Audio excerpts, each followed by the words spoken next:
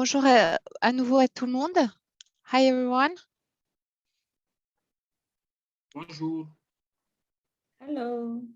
So I think we are back in the plenary with all the participants. Je pense que nous sommes de retour en plénière avec tous les participants des deux sous-groupes, anglais et français.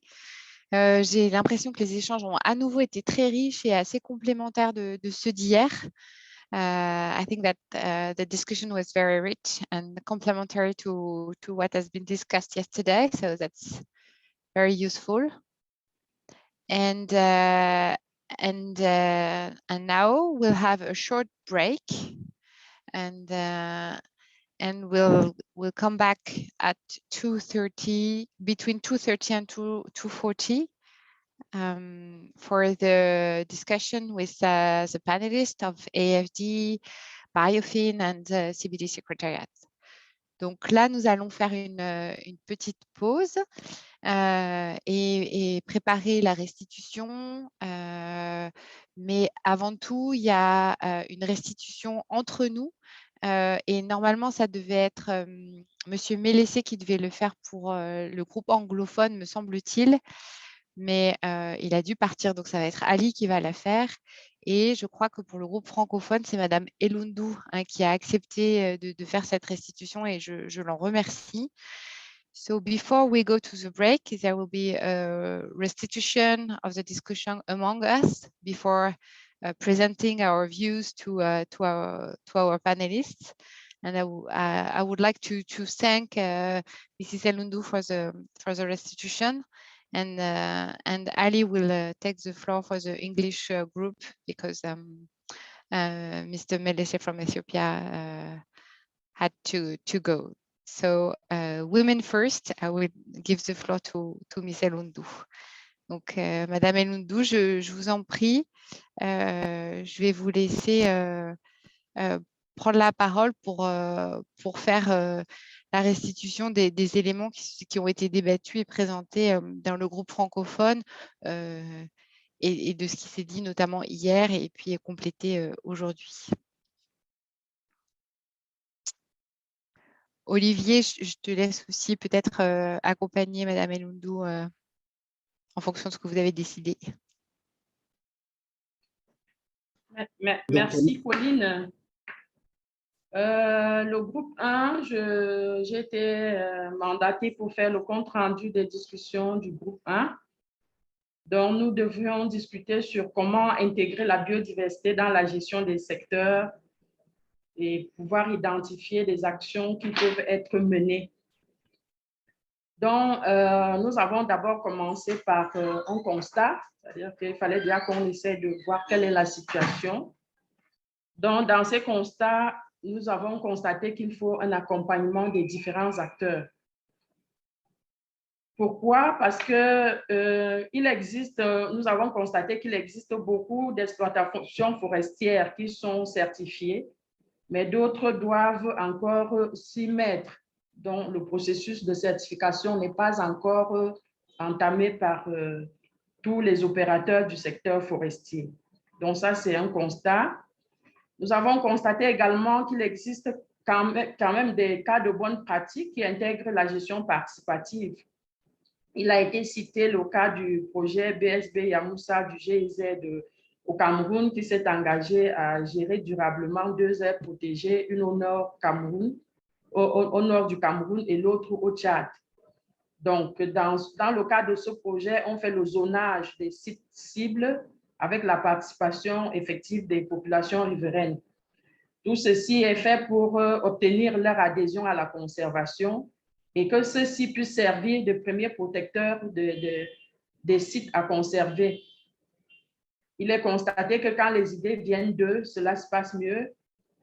Dans ce projet, dont il a été prévu la promotion des chaînes de valeur, l'approvisionnement en semences, le reboisement utile, c'est-à-dire qu'en choisissant des spéculations agricoles qui arrangent les populations en fonction de leurs besoins. Et ils sont également appuyés dans l'acquisition des semences. Comme cas de bonne pratique, il a également été cité le cas de l'exemple du projet Tridom, qui gèrent de manière gérable les forêts des pays du Cameroun, du Congo, du Gabon. Ils sont appelés à voir comment gérer les ressources pour assurer la protection des espaces. Mais nous avons essayé d'identifier les actions qui peuvent être menées. Et le brainstorming de tout ce qui a été dit nous amène à dire que, comme action, on doit sensibiliser de manière permanente les acteurs étatiques et non étatiques pour une prise de conscience effective de la prise en compte des considérations de biodiversité, beaucoup plus en particulier le secteur privé. Nous devons, il est normal de promouvoir des échanges en cours dans le cadre de la vulgarisation de certaines spéculations agricoles pour voir comment les structures faîtières pourraient contribuer à l'adoption des techniques qui favorisent la prise en compte de la biodiversité. Il est également important de capitaliser les meilleurs cas pratiques observés à travers la promotion des chaînes de valeur, l'approvisionnement des semences, tel qu'on l'a dit un peu plus haut, pour une meilleure participation des populations cibles. Autre action, c'est d'augmenter, de voir comment augmenter la production et la productivité des espaces soumis à l'agriculture pour mettre moins de pression sur le patrimoine naturel. Il faut également renforcer les actions de suivi et de surveillance par secteur. Autre action, c'est de prendre en compte le volet culturel lors de la proposition des activités alternatives. Et enfin, encourager la participation effective des populations riveraines dans l'élaboration des politiques de gestion locale et la valorisation des connaissances traditionnelles. Maintenant, pour la question qui est de savoir quelles actions peuvent être menées en matière de mobilisation de ressources, comme constat, d'abord, il est constaté qu'il y a beaucoup de subventions néfastes à la biodiversité. Une grande partie des besoins ne sont pas liés à la conservation ou à des aires protégées. Les besoins sont liés à des transformations des secteurs. Donc, l'autre constat, c'est que la répartition des ressources n'est pas équitable en fonction des différentes problématiques.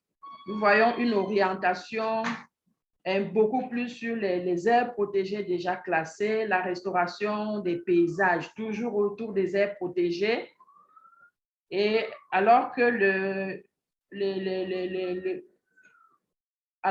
volet utilisation durable n'est pas très valorisé pour prendre en compte les trois piliers de la Convention. L'autre constat était donc le financement très insuffisant pour accompagner les activités liées à la biodiversité dans tous les secteurs. Comme action, il est proposé les actions proposées sont menées pour améliorer la gouvernance. Donc, à cet effet, nous proposons, il a été proposé dans certains cadres de revoir le cadre législatif et réglementaire en vigueur en y intégrant les engagements de deuxième génération tels que la restauration des paysages, les changements climatiques. Ce constat part du fait que les textes réglementaires dans beaucoup de pays datent quand même de beaucoup d'années. Toujours, il est important de procéder à la dématérialisation des procédures à travers la digitalisation systématique des process, parce que cela va beaucoup contribuer à la lutte contre la corruption et maintenant et permettre de capitaliser les gaps en termes de financement qui sont perdus parce que les process sont encore ne sont pas très traçables. Et ce processus permettra également aussi l'interopérabilité entre secteurs pour une meilleure gestion des données et des informations. Nous avons également noté la nécessité d'élaborer des plans de financement de la biodiversité par les pays. parce que ceci permettrait au pays de voir comment est-ce que les NBISAP qui devraient être révisés seront effectivement mis en œuvre et eux-mêmes de voir la quote-part des domestiques des pays qui sera mobilisée pour ces activités. Il est également prévu de faire un plaidoyer auprès des décideurs pour leur faire comprendre que la biodiversité a une valeur et que c'est un bien public. L'autre action, c'était d'introduire les fiscalités incitatives pour la biodiversité. Il y a un dernier aspect que nous avons développé qui était l'aspect, les besoins en termes de renforcement des capacités des acteurs. Dans ce cadre, nous avons identifié la formation qu'il était nécessaire de former tous les acteurs au processus de certification dans les différents secteurs. Il était également important de former dans la planification spatiale qui est clé et qui est un domaine clé et un besoin vraiment dénoté par tous les partis pour une meilleure planification et un meilleur suivi et surveillance de nos écosystèmes. Nous avons également identifié le besoin de capitaliser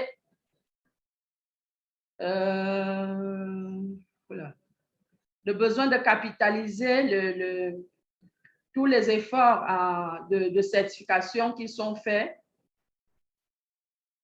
Ensuite, il a également été identifié la nécessité d'investir dans la mise en œuvre et le suivi des plans d'aménagement et plans de gestion environnementale et sociale des unités forestières d'aménagement. L'autre besoin, c'était un besoin d'une mise à disposition de l'information scientifique nécessaire par secteur pour une meilleure gestion de la biodiversité, notre biodiversité qui reste jusqu'aujourd'hui mal connue. Et enfin, un besoin de formation des planificateurs en termes d'identification et de planification des investissements positifs à la biodiversité. Voilà un peu en gros la quintessence et le résumé que j'ai pu essayer de drafter pour le travail du groupe 1, mais les membres du groupe seront là pour apporter des observations en cas d'omission. Je vous remercie.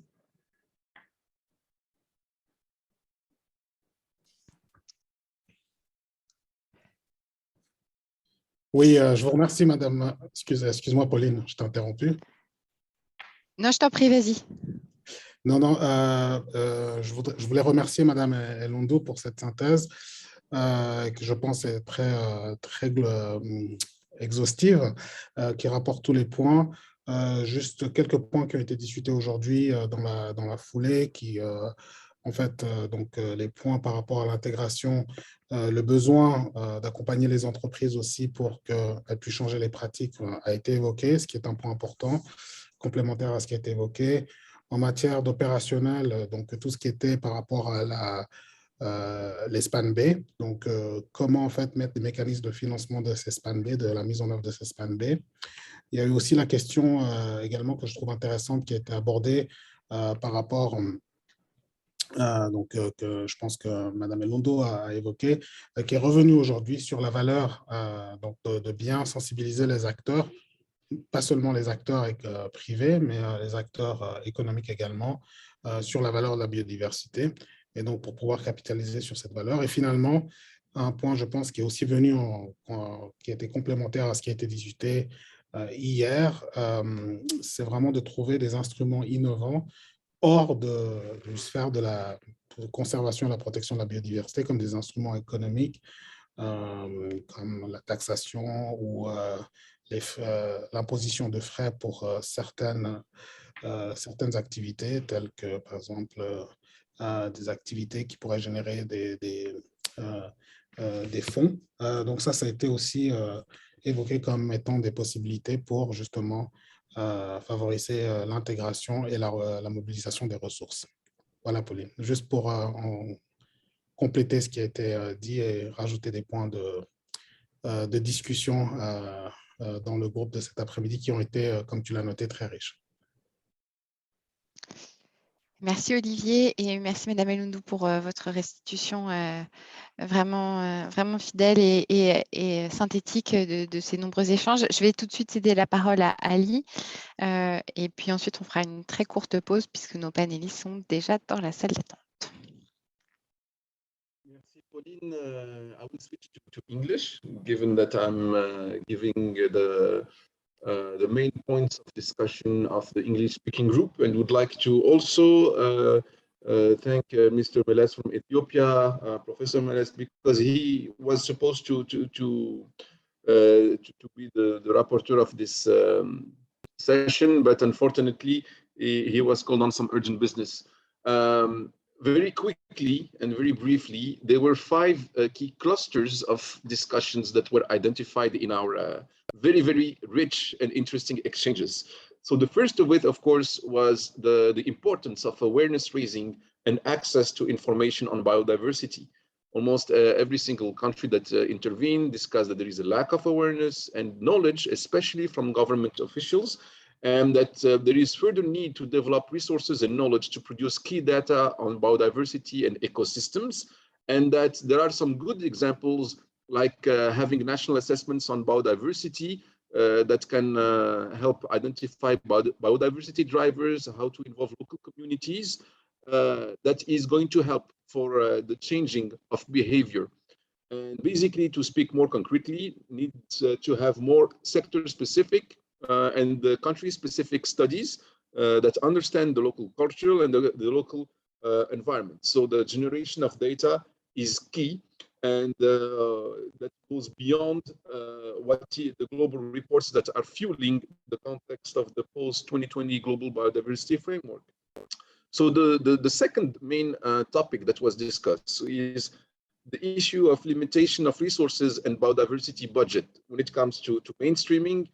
Especially government biodiversity budgets are too low and stretched very thinly, and we are also seeing the need for more financing to accompany the transformation of business sector and to ensure the sectoral commitments that are being made. And this is something that needs to go more and beyond the financing of protected areas. So there is a need to think of new ways of allocating such resources, and not only to focus on landscape restoration, ecosystem preservation, and protected areas type of instruments, but part of these resources needs to be directed to more non-traditional biodiversity objective that could be specific. However, there are some promising actions. Of course, international finance and financing mechanisms like GEF for the CDB are still important, and countries like those, the pilot countries of BioDev 2030 are reliant on them. But there is more and more local resource mobilization approaches that are being explored.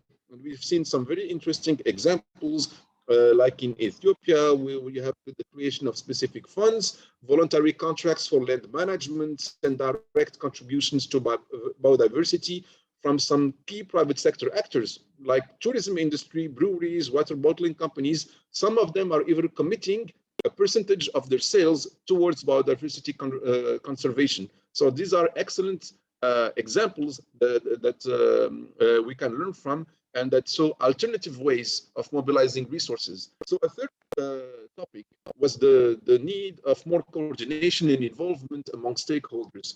There is clearly a cooperation gap between stakeholders, and we need to understand better who is doing what with regards to biodiversity to develop win-win approach, especially between officials, government, and the private sector when it comes to understanding biodiversity.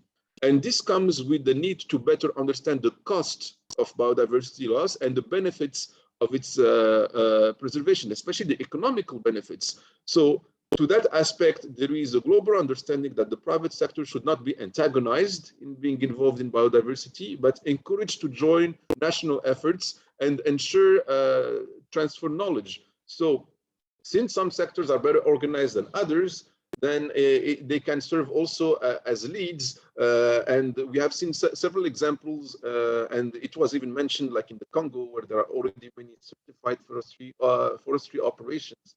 So if there is enough public-private partnership experiences, like BioDev 2030 and other development projects are providing some good examples, then another recommendation is that private economic sectors, private actors, need to be part of coordinating committees and decision-making committees on biodiversity so that they are more aware of the issues and challenges and can be part of the solution.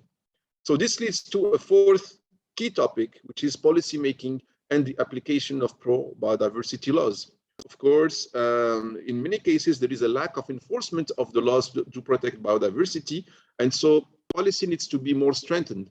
But not only that, awareness needs to be raised more towards lawmakers and government officials by being provided the key issue of scientific evidence from the data at the local level on biodiversity. If they understand the problem fully from a scientific point of view, then they will be able to tackle and take the problem and take the necessary measure. So mobilizing resources in this awareness-raising effort from stakeholders of the private sectors is also something that is a bit changing. And we saw excellent examples from Vietnam, where before they did a lot of national parks, but now they're trying to think differently and develop agreements and recommendations from the government to the private sector to induce policy changes and transform their production to reduce the impact of biodiversity. And this leads me to the last main point of discussion, which is the actions required for better resource mobilization and improved resource allocation. There is a great need to reform all kinds of subsidies that are harmful to biodiversity. And this is something already strongly indicated in the post-2020 Global Biodiversity Framework. But there is also a need to move that from not only issues related to conservation and protected areas, but induce actions to transform key business sectors. So this means that we need a new way of allocating resources that are more appropriate to focus not only on protected areas, but also go towards investments in the sectors.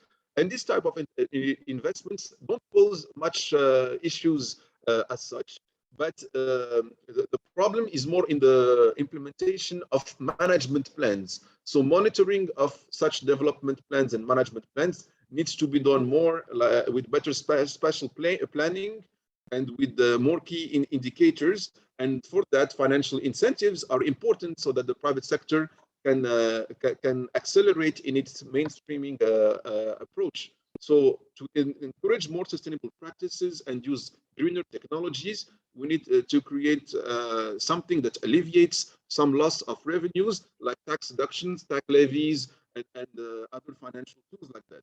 And for that, one key thing that was identified is that banks and financial institutions at the local level can participate to such biodiversity projects, and they can provide some sort of financing to support new environmental commitments from the private sector. So by integrating them into the conversation with governments, they can also provide fiscal or financial incentives. So of course, there is this understanding that the private sector needs to invest their own money, but perhaps banks can provide some support and flexibility for them to align with these new government guidelines. And so I will stop here, but of course, there were many more examples and great interventions from every country that took part in this conversation. Thank you. Many thanks, Ali, for this restitution of the English group. And so we have our panelists here. So just for us to have the time to drink a glass of water, we have a 5-minute break, and we'll come back. Maybe stay connected, and we'll come back at 2:45. Thank you very much. See you in 5 minutes.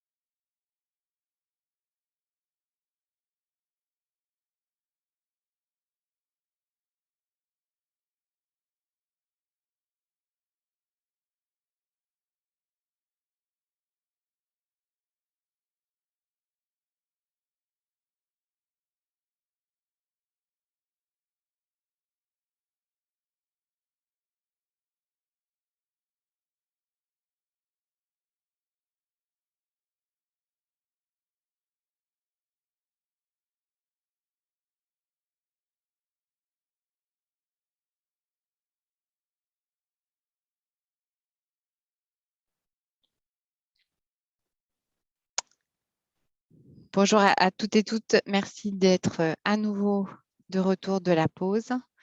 Une courte pause, mais au milieu d'une discussion passionnante. Alors, nos panélistes sont là.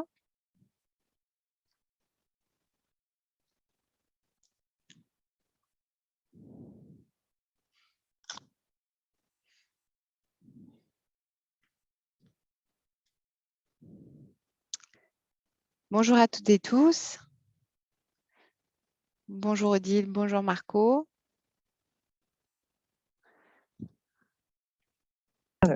Bonjour, Bonjour, bonjour Odile. tu m'entends? Oui, Oui, c'est bon, on d'accord. t'entend bien. Ok. Bonjour Pauline. Bonjour Marco.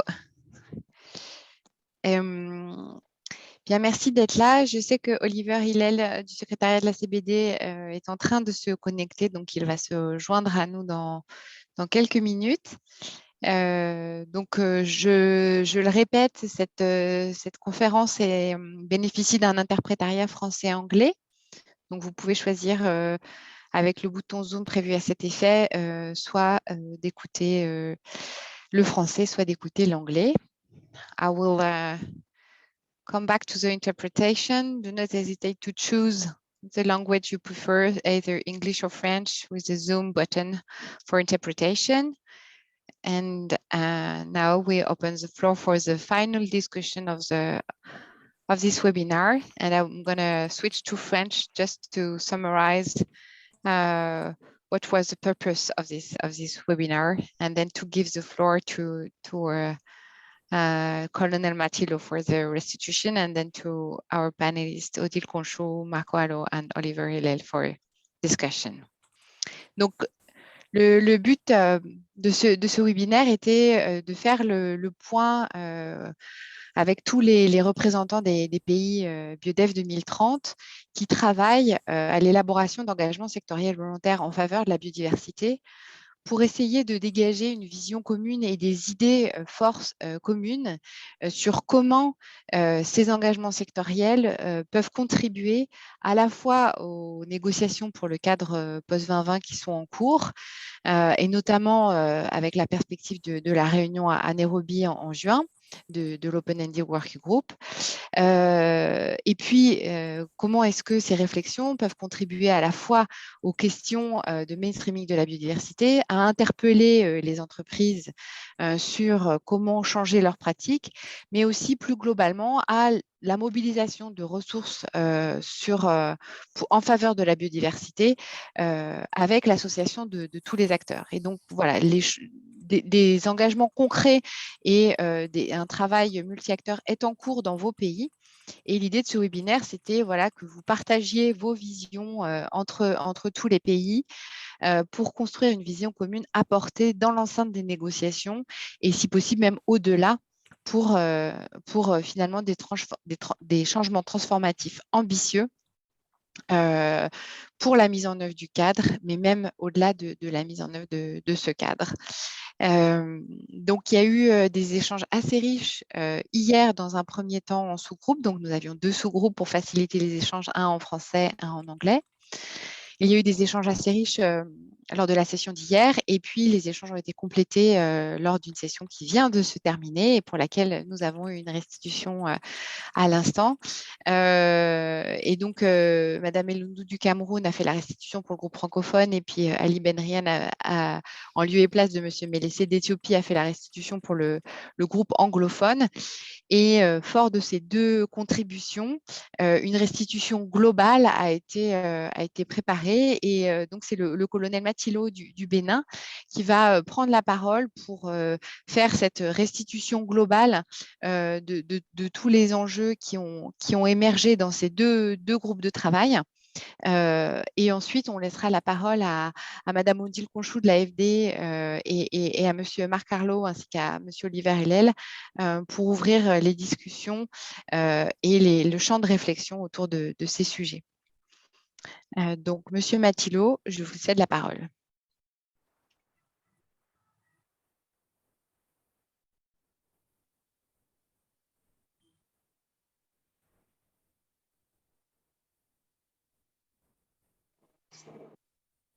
Merci beaucoup. Donc, je voudrais remercier avant tout tous les participants pour cette réflexion approfondie.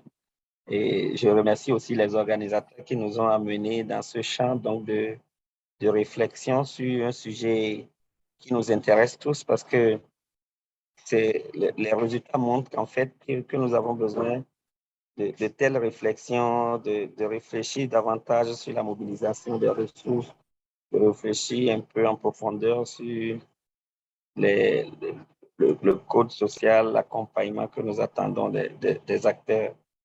Et au vu de tous ces éléments, une synthèse sera présentée dans quelques instants. Et c'est toujours difficile de présenter une synthèse, mais la synthèse, c'est la synthèse. Et on fera avec ça. Et donc, sans aller peut-être tenir compte de ce que les groupes ont fait, je peux déjà commencer par dire qu'il y a eu cinq rubriques fondamentales qui ont été abordées tout au long des discussions au niveau donc, des deux groupes. Avec, j'allais dire, 5 thématiques. Dont le premier, c'est bien sûr sur la sensibilisation et l'accès à l'information sur la biodiversité. Et nous sommes tous conscients de ce qu'il y a un manque de sensibilisation et de connaissance des responsables gouvernementaux sur ces aspects. Et une faible couverture médiatique est nécessaire, s'impose, se réalise aujourd'hui et il est important. La couverture médiatique est aujourd'hui importante pour sensibiliser le public. Pas assez de ressources et de connaissances pour produire les données clés sur la biodiversité. Les évaluations de la biodiversité peuvent donner des résultats positifs et sont importants pour comprendre les moteurs de la biodiversité. Et des questions de changement de comportement. Mais quand on arrive aux gens, ce n'est toujours pas bien cerné. Et pour parler concrètement, il faut vraiment conduire des études, comprendre les cultures des gens, prendre en compte l'environnement culturel qui est extrêmement important. Et l'élaboration et l'accès aux données qui ne sont pas spécifiques à un pays. Ça aussi, c'est une des préoccupations majeures. Et nous savons que les décideurs, les responsables politiques doivent prendre des décisions éclairées en rapport avec la situation sur le terrain. Ils ont besoin sans doute d'informations plus précises que ce que les rapports mondiaux indiquent dans ce contexte-là et pour pouvoir vraiment améliorer, mettre en œuvre donc, le contenu du GBF Post 2020. Donc, en dehors de cette rubrique de sensibilisation et l'accès à l'information sur la biodiversité, l'autre point qui se dégage donc de discussion au niveau des deux groupes, c'est la limitation des ressources et budget de la biodiversité. C'est un des mots donc, qui mine donc, nos différents pays. Et donc, les sous-rubriques qui se dégagent de ce point, c'est que les budgets gouvernementaux consacrés à la biodiversité sont généralement faibles.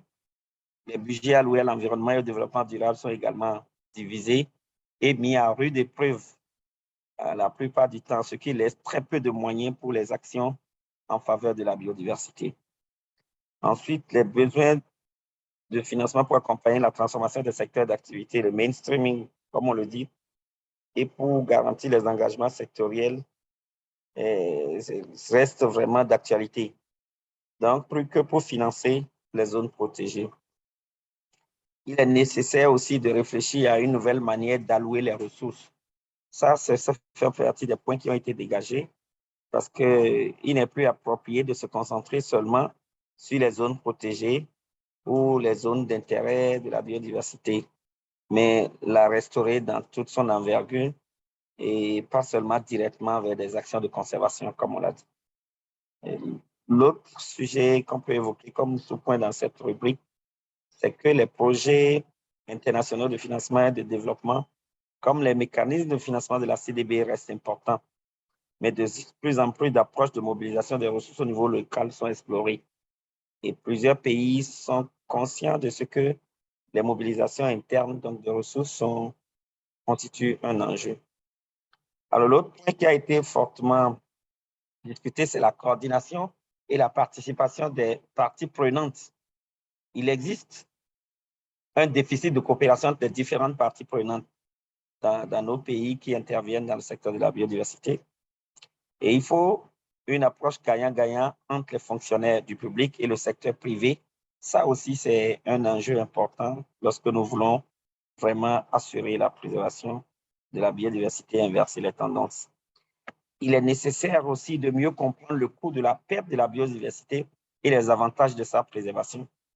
Et non seulement les populations, mais aussi les hommes politiques doivent mieux comprendre cette portée, parce que la biodiversité, la perte de la biodiversité est vraiment la perte de la vie. Le secteur privé ne devrait pas être contrarié pour être impliqué dans l'intégration de la biodiversité, mais plutôt encouragé à se joindre aux efforts nationaux et assurant le transfert des connaissances. Un autre point qui a été évoqué en lien avec la coordination, c'est que certains secteurs sont mieux organisés que d'autres.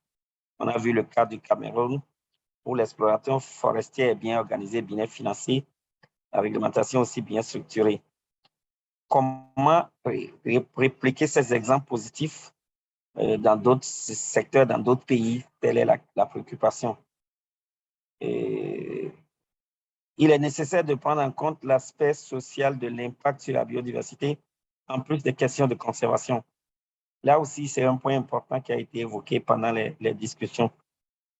L'autre sous-point important, il faut bien diagnostiquer puis sensibiliser les acteurs des secteurs économiques spécifiques et aussi longtemps que nécessaire, car si le secteur privé n'est pas convaincu, les actions ne suivront pas.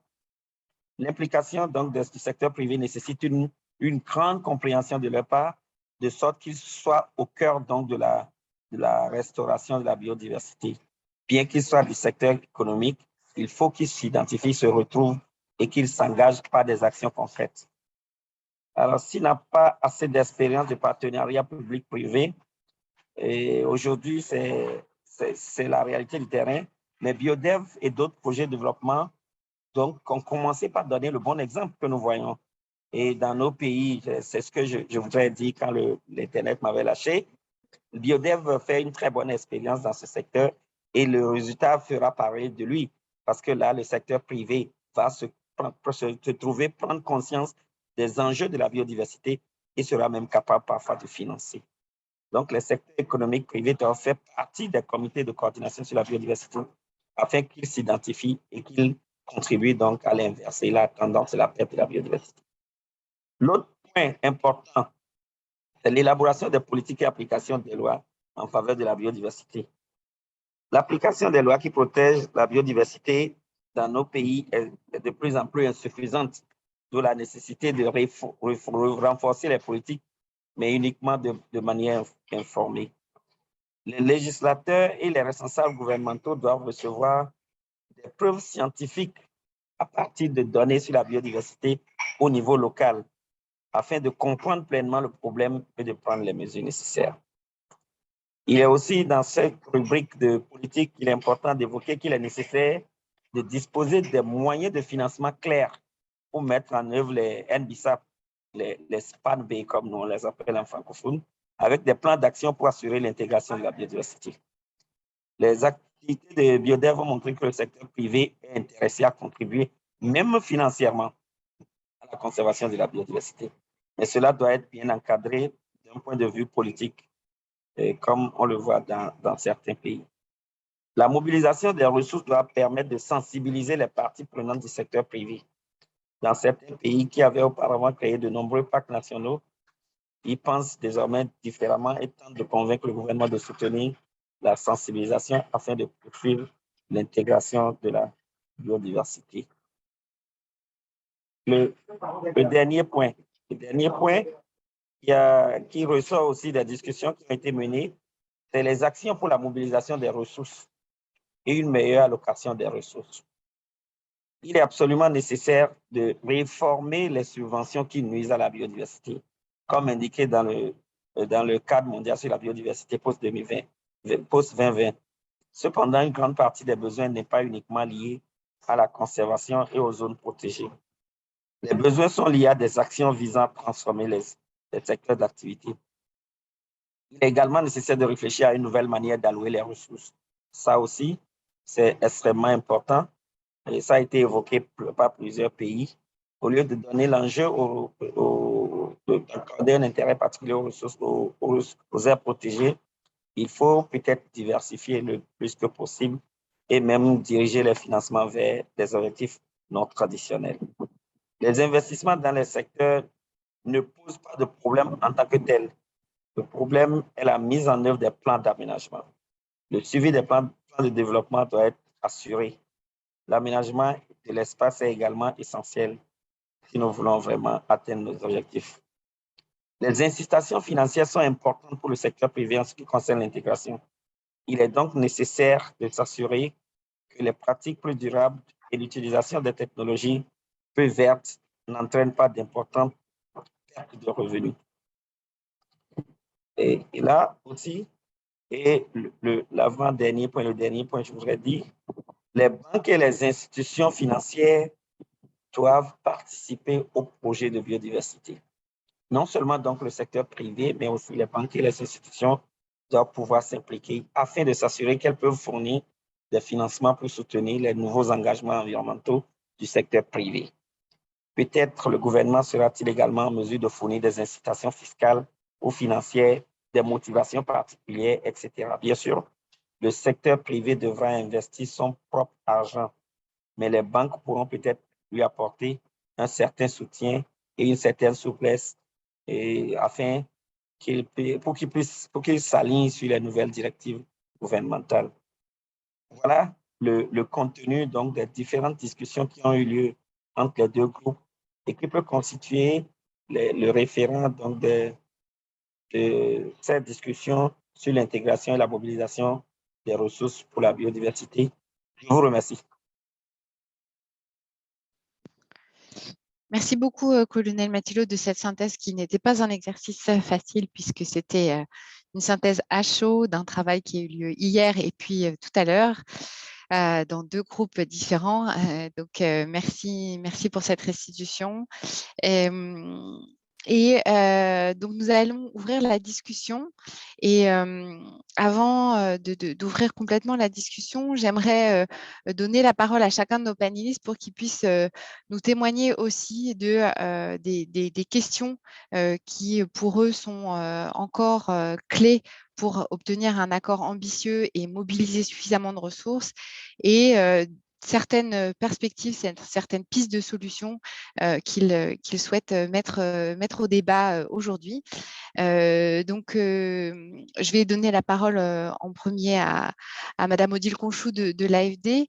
Et donc, la question, quelque part, qu'on aimerait que vous mettiez un peu sur la table et à laquelle nous aimerions que vous contribuiez, c'est de savoir comment est-ce que le mainstreaming de la biodiversité peut aider les pays à identifier des ressources, à mobiliser des ressources pour promouvoir la conservation de la biodiversité, mais cela au-delà en fait d'une vision par des bailleurs et une approche par subvention, mais plutôt pour essayer de voir comment est-ce que ce mainstreaming de la biodiversité peut aller vers une approche d'investissement et d'innovation et donc une vision de la protection de la biodiversité comme une opportunité et non plus une contrainte au développement. Merci, merci Pauline, vous m'entendez bien? Oui, donc déjà merci de m'avoir invité à participer à ce débat. Je voulais vous féliciter à tous et le colonel pour son Mathilot pour la synthèse qui vient d'être faite à chaud et pour la richesse de vos échanges. Vous avez abordé des points extrêmement importants. Alors, la vision de l'AFD, la vision suite aux différents travaux qui peuvent avoir lieu et qui ne sont pas finis, hein, loin de là, à la CBD en vue de la COP15. Effectivement, la mobilisation des ressources mainstreaming sont des sujets vraiment importants. On l'a vu à Genève, des sujets clés et des sujets qui on ne l'espère pas, mais peuvent s'avérer, enfin, il faut absolument les résoudre pour pouvoir avancer. On sait qu'il y a un besoin extrêmement important, comme vous l'avez dit, hein, de ressources. Les financements actuels sont essentiellement nationaux, plus des financements venant des bailleurs internationaux, et on voit bien que pour arriver à résoudre le gap financier qui est mis qui a été chiffré par tout un ensemble d'études, même si les chiffres sont parfois un petit peu différents, mais enfin ça se chiffre en milliards. Il va falloir absolument des financements nouveaux et innovants de toutes les sources possibles, comme vous l'avez bien mentionné, monsieur Matilliot, et qui soient utilisés de façon efficace et efficiente. Mais aussi, au-delà d'apporter de l'argent, quelle que soit sa forme, on va y revenir après, frais et nouveaux, si je puis dire, voir comment réduire les financements ou les subventions ou autres qui sont négatifs pour la nature et pour la biodiversité. Donc, quelque part, c'est un peu un jeu à deux niveaux, augmenter d'un côté et réduire de l'autre, parce que tout ce qui empêchera soit les financements, soit les investissements négatifs pour la biodiversité, forcément n'amènera pas à de nouveaux besoins de ressources pour restaurer, retaper les écosystèmes qui ont été détruits. Donc, en ce sens, il est absolument, bien évidemment, important de mobiliser de la ressource financière, mais je crois que ce qui est d'autant plus important, c'est d'intégrer la biodiversité dans tous les secteurs de l'économie pour éviter justement ces destructions. Et je vais employer un mot que j'ai souvent employé dans les travaux qu'on a pu mener à la CBD avec le secteur financier, et d'aligner les flux financiers, qu'ils soient publics ou privés, avec ces objectifs de biodiversité. Donc, ce que je me proposais de faire, c'était concrètement d'expliquer ce que ça pouvait vouloir dire pour nous à l'AFD, parce que je pense que ça peut répondre à certaines de vos questions. Alors, ça sera le point de vue d'une institution financière publique, hein, mais ça aborde quand même pas mal de choses. Donc, c'est vrai que l'AFD a une stratégie biodiversité depuis longtemps, hein, depuis 2013, et que dans sa feuille de route actuelle ou en cours de finalisation, son objectif, c'est de s'aligner justement sur le futur JBF, avec ce que ça voudra dire lorsqu'il sera complètement finalisé.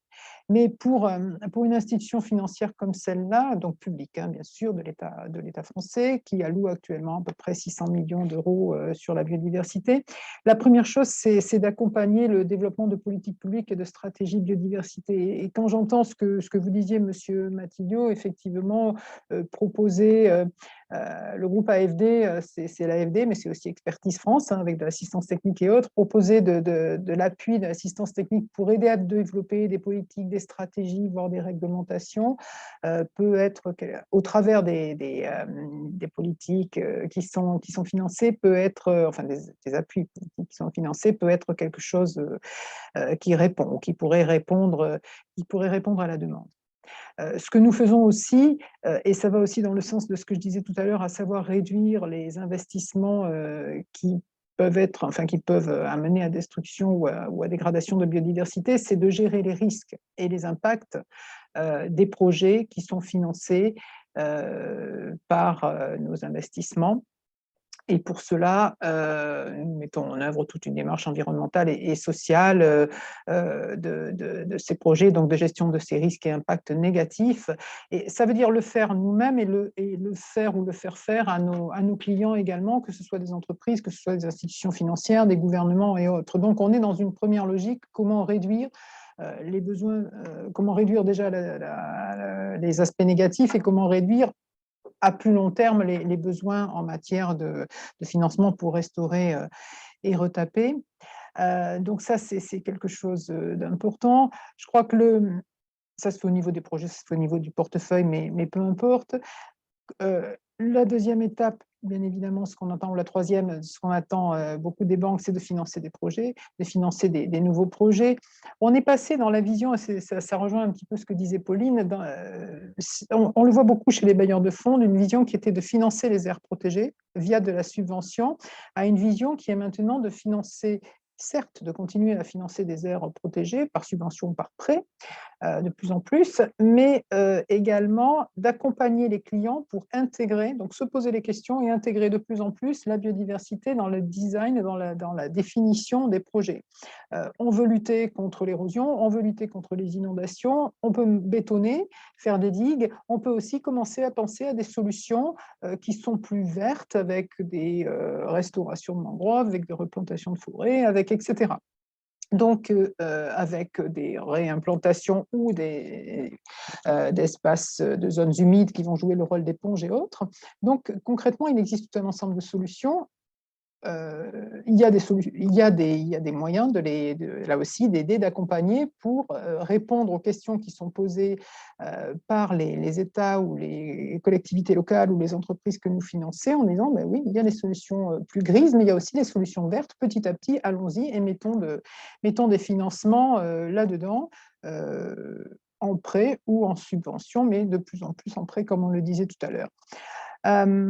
Peut-être aussi quelque chose qui répond aussi à ce que vous disiez tout à l'heure, effectivement, les financements publics, il y en a bien évidemment, mais ça ne suffira pas. Comment mobiliser le secteur privé et comment vous appuyer pour mobiliser le secteur privé? Le secteur privé, souvent on le voit, secteur financier privé, hein, soit n'a pas tout à fait la connaissance des investissements, même si ça vient de plus en plus, et pour ça il a besoin d'être aidé, donc il a besoin de réglementation, vous en parliez, il a besoin aussi de peut-être une meilleure définition de ce que sont dans vos pays les marchés, parce que eux parlent en termes de marché biodiversité, mais il a aussi besoin d'être rassuré sur la prise de risque qu'il prend sur ces marchés et sur les retours sur investissement qu'ils auront, parce que c'est comme ça que ça marche. Donc le secteur public a un rôle à jouer en partenariat avec le secteur privé, notamment par le développement de mécanismes financiers, comme on dit en bon français, de blending, hein, pour justement dérisquer et inciter et faire un effet de levier sur ces financements privés. Et c'est un des rôles, je crois, importants aussi du public de permettre des investissements beaucoup plus importants, mais en rassurant le secteur privé là-dessus. Quelque chose dont vous n'avez peut-être pas parlé, mais qui me semble important aussi à mentionner, c'est le lien entre la finance climat et la finance nature, plus biodiversité. Pour le climat, un peu partout, il y a des financements qui sont très importants parce que peut-être plus anciens. Est-ce qu'une part de ces financements climat, sachant que quand même les deux sujets sont extrêmement connectés, ne peut pas être soit allouée à la biodiversité, soit en tout cas être vraiment s'assurer que ces financements climat ont des co-bénéfices sur la biodiversité, c'est-à-dire qu'ils sont bons pour les deux. L'AFD s'est engagée à ce que 30% de ces financements climat aient des co-bénéfices biodiversité. C'est aussi une façon d'augmenter les financements pour la biodiversité. Oui, tout à fait. Et puis, et enfin, comme vous l'avez dit aussi, il faut que le secteur financier rende compte, hein, qu'il soit public comme nous ou qu'il soit privé. Et ça, c'est aussi un rôle que les gouvernements peuvent avoir. En France, il y a un article qui est sorti, l'article 29 de la loi sur l'énergie, qui demande aux institutions financières et aux entreprises de faire du reporting et de faire savoir ce qu'ils font en matière de gestion du climat et de la biodiversité. Ce sont des choses qui peuvent être faites par ailleurs, et donc amener ces institutions à rendre compte de ce qu'elles font, à mesurer, donc développer des outils certainement en lien avec d'autres. Il y a plein d'initiatives actuellement partout, et à rendre compte de ce qu'elles font. Rendre compte, quelque part, ça veut dire qu'il faut agir. Donc, au travers de ce que je voulais vous dire, c'était qu'au travers de ces exemples qui sont propres à l'AFD, enfin, en tout cas, c'est ce que je voulais exprimer comme potentialité pour les institutions financières d'action en lien avec les gouvernements, parce qu'elles ont besoin que les gouvernements développent les conditions nécessaires à ces financements-là. Et quelque part, tout cela a besoin d'être reflété dans le cadre mondial pour la biodiversité de façon peut-être plus ambitieuse que ça ne l'est actuellement. Je vais arrêter là, et si vous avez d'autres questions, je serai heureuse d'y répondre. Merci beaucoup, Odile, pour cette intervention très, très riche qui a eu voilà, le mérite d'ouvrir aussi un peu les perspectives. And now we're going to switch to English for Oliver Hillel to... Forcément, on peut parler français aussi. Moi, j'ai bien vu que la plupart des gens ici parlent français, donc peut-être qu'on peut continuer en français. Eh bien, magnifique. Alors, continuons en français pour nous donner donc les perspectives du secrétariat de la CBD et comment le changement de paradigme pour la conservation de la biodiversité peut être intégré aux décisions politiques, aux stratégies et même aux pratiques en fait, des différents acteurs, des acteurs publics comme des acteurs privés. Dans le cadre, évidemment, de votre mandat de la CBD, puisque nous, ce qu'on souhaite ici, c'est réfléchir pour contribuer à ce cadre et au-delà. Merci, merci Pauline, merci aux collègues de BioDev 2030. C'est pour moi un plaisir d'être avec vous. Pour débuter, j'aurais à cette excellente question juste, disons, 4 commentaires. Le premier, c'est que c'est vraiment un changement pour faire que l'intégration de la biodiversité aide le pays du BioDev 2030 à réussir à faire, disons, l'intégration. Il faut penser différemment. C'est vraiment un changement de paradigme. Donc, disons qu'avant, on avait un ministère de l'Environnement qui était enveloppé à la dernière minute des décisions. On avait des ministères de l'Environnement qui n'étaient pas choisis forcément. C'était une monnaie de négociation politique, plupart des fois. Donc, il n'y avait pas un engagement dans les décisions importantes d'un pays du ministère de l'Environnement, des ministères de ressources naturelles, etc. Donc, c'est ces changements vers une situation où on a un ministère de l'Environnement qui est enveloppé dès le début dans la formulation de politiques de développement de chaque pays. Donc, c'est ça, il faut changer, il faut quand on parle de nous, on parle de la Convention de la biodiversité. La plupart de nos partenaires, de nos points focaux, sont dans le ministère de l'Environnement ou le ministère de l'Écologie ou de sujets similaires. Donc, dans ce cas-là, on a un premier défi, c'est le changement de paradigme. Le ministère de l'Environnement, les affaires environnementales doivent être dans les décisions de planning, de finances, de l'économie, de développement, d'intégration régionale et des relations évidemment avec tous les secteurs économiques et aussi avec ce secteur très compliqué que s'appelle finance. C'est ça qu'il faut changer. En deuxième, c'est le changement de langage de nous, les gens plutôt centrés dans la conservation, dans la nature. Il faut changer le langage. Il faut parler le langage de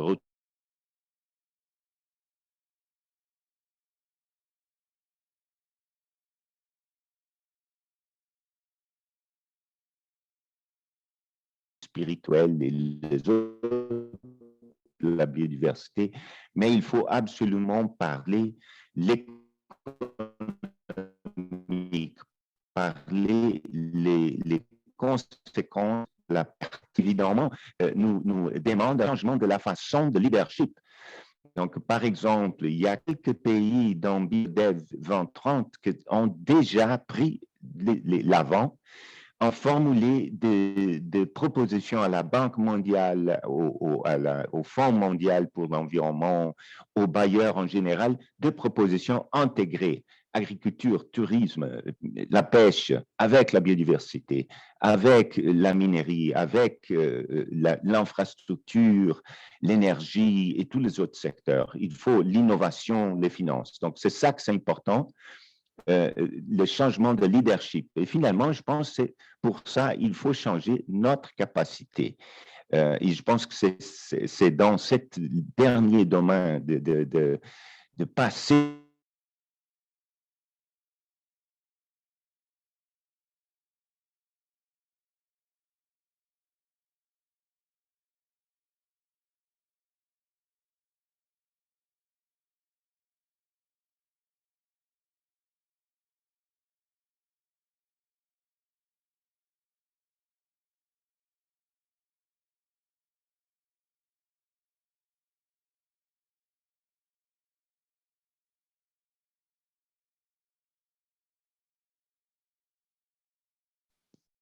Oliver, I think we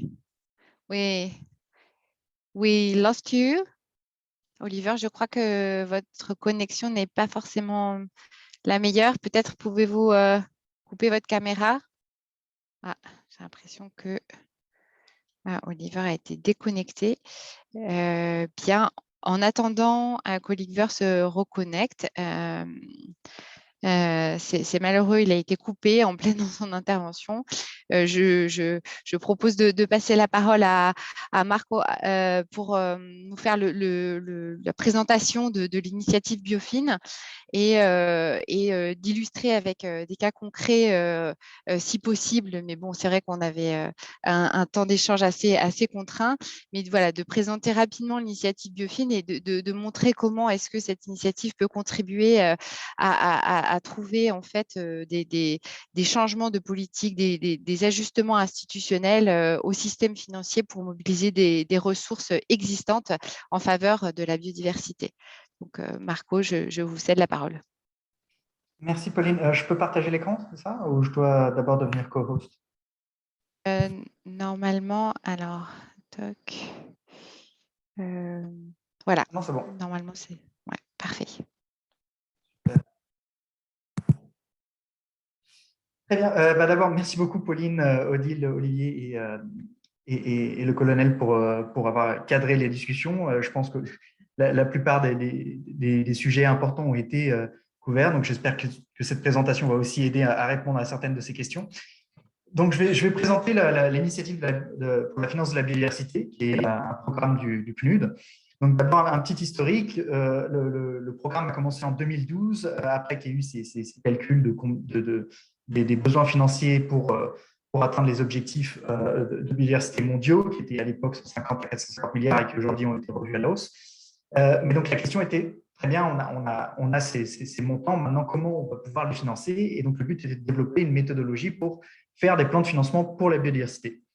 Donc, une méthodologie qui serait bottom-up, adaptée à chaque contexte.